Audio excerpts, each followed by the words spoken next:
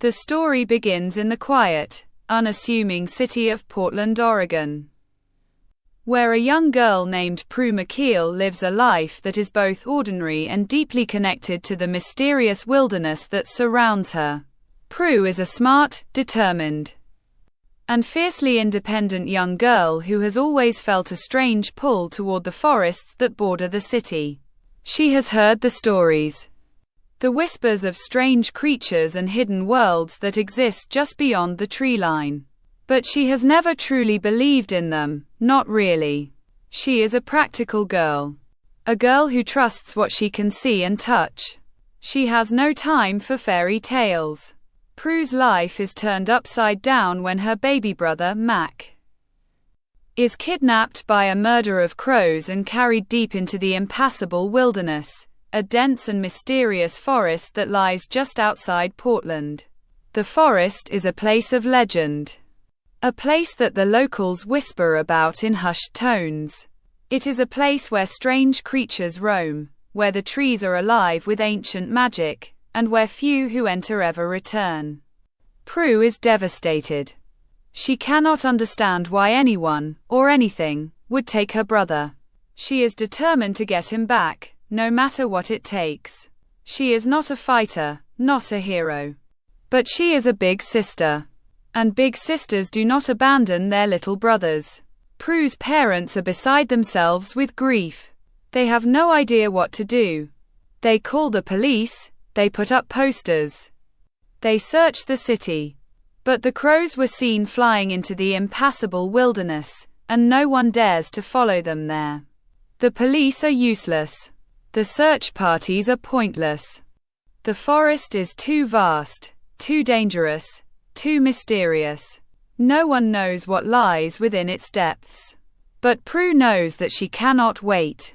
She knows that if she does nothing, she will lose her brother forever. She packs a bag, leaves a note for her parents, and sets off into the unknown. Her journey begins on the outskirts of the forest, where the familiar world of Portland fades away and the wild, untamed wilderness takes over.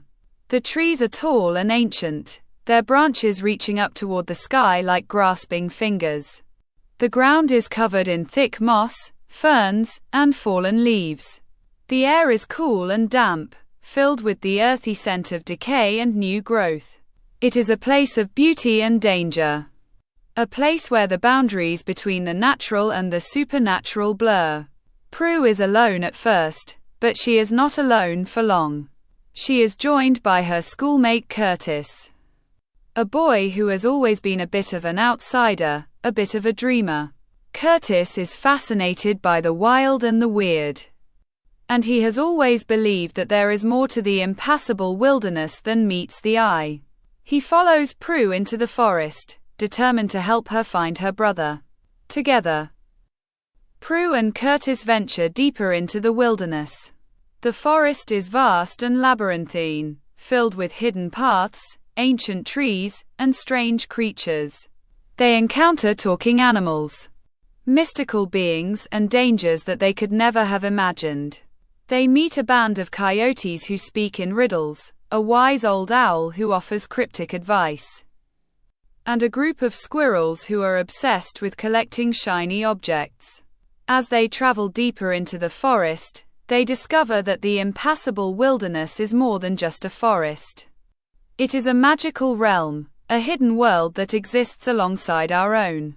It is a place where the boundaries between life and death, reality and imagination, are thin and easily crossed.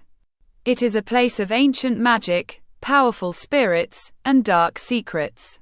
The forest is ruled by a mysterious and powerful entity known as the Dowager Governess, a figure of immense power who presides over the wild and its inhabitants. The Dowager Governess is not evil, but she is not good either. She is a force of nature, a being of ancient magic who operates according to her own inscrutable laws. She has a deep connection to the forest and all who live within it. The crows who kidnapped Mac are servants of the Dowager Governess.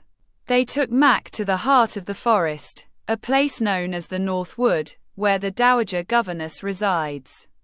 Prue is determined to find her way to the North Wood, but the journey is treacherous.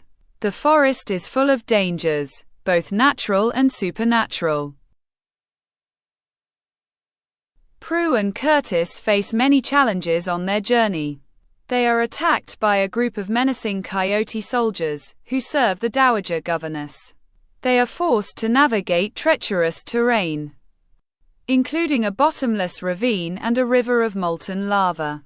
They are haunted by visions of their deepest fears, and they are tempted by illusions of their greatest desires. But Prue is relentless. She will not give up. She is driven by a fierce love for her brother, a love that gives her strength and courage. She is also driven by a deep sense of responsibility. She made a promise to her mother and father, a promise that she would protect her brother. She will not break that promise. As Prue and Curtis travel deeper into the forest, they encounter a variety of characters, some friendly and some hostile. They meet a group of wild and free-spirited creatures who live in the forest, including a talking fox, a wise old badger, and a flock of singing birds. They also meet a group of dangerous and terrifying creatures, including a giant spider, a pack of wolves, and a shadowy figure who seems to be following them. Throughout their journey, Prue learns valuable lessons about courage, sacrifice, and the power of love. She learns that she is stronger than she thinks, and that she is capable of more than she ever imagined. She learns that the world is more complex and beautiful than she ever realized, and that there is magic in the most unexpected places. She also learns to accept help from others. At first, she is determined to do everything on her own, but she soon realizes that she cannot succeed without the support of her friends. Curtis, the coyote soldiers, and even the Dowager Governess herself all play a role in her journey. Prue learns that true strength is not about doing everything alone, but about knowing when to ask for help and accepting it when it is offered. Curtis, too, undergoes a transformation.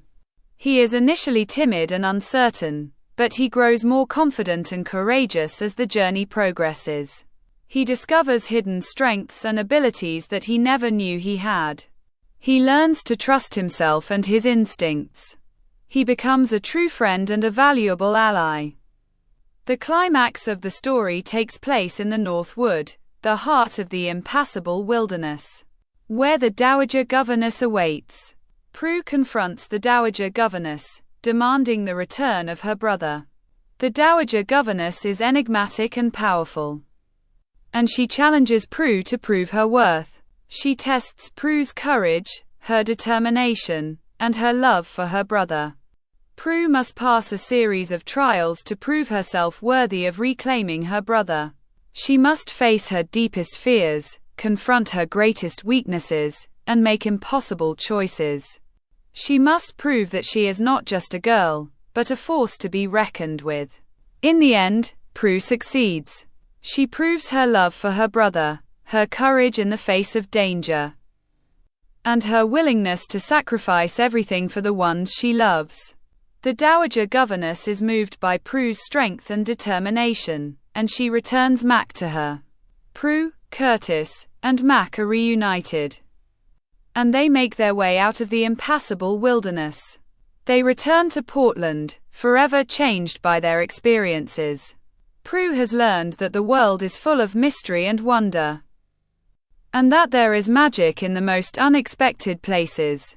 She has also learned that the bonds of family and friendship are stronger than any obstacle. The story ends with Prue looking out at the forest, her eyes filled with awe and gratitude. She knows that she will never forget her journey into the wild, and she knows that the wild will never forget her. The Impassable Wilderness will always be a part of her, a reminder of the courage she found within herself and the love that guided her home.